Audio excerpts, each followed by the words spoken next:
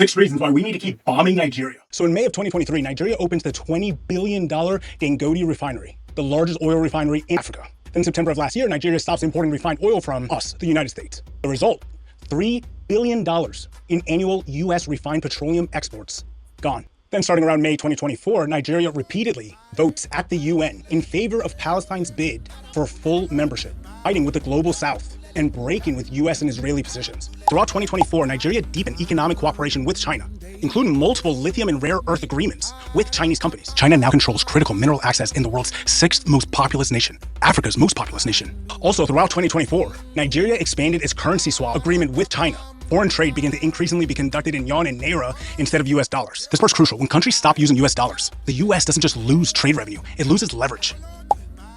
And then this year, starting in January of 2025, Nigeria is admitted to BRICS as a partner country, aligning economically with China, Russia, all the countries, building alternatives to US financial dominance. And then 2 months ago, in October of 2025, Russia and Nigeria signed and renewed nuclear project development agreements, giving Russia a foothold in Nigeria's energy infrastructure. And then, in that very month, completely unrelated of course, the story becomes about Christian genocide. The US designates Nigeria as a country of particular concern for religious freedom. Politicians like Ted Cruz are throwing around a made-up, arbitrary 50,000 deaths number. This is completely made up. And so 3 weeks after the Russia deal, Trump threatens Nigeria with military action. Then, of course, yesterday on December 25th, Trump decided to give Nigeria...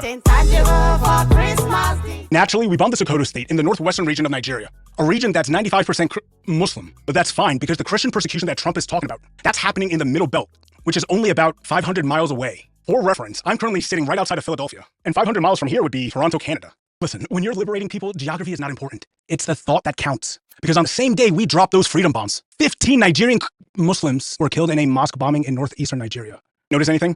It's like your landlord discovering lease violations the same week you tell them you're moving out. Or suddenly remembering your ex still has your old broken iPod the moment she starts dating someone new.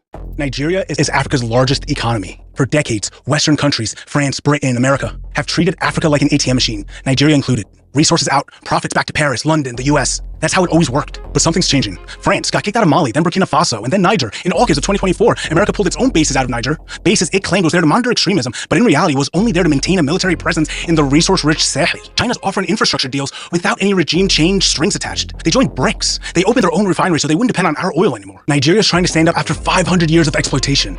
And that's the actual threat. Not ISIS, not Christian persecution. The threat is, what happens when the world's most resource-rich continent stops asking Washington for permission?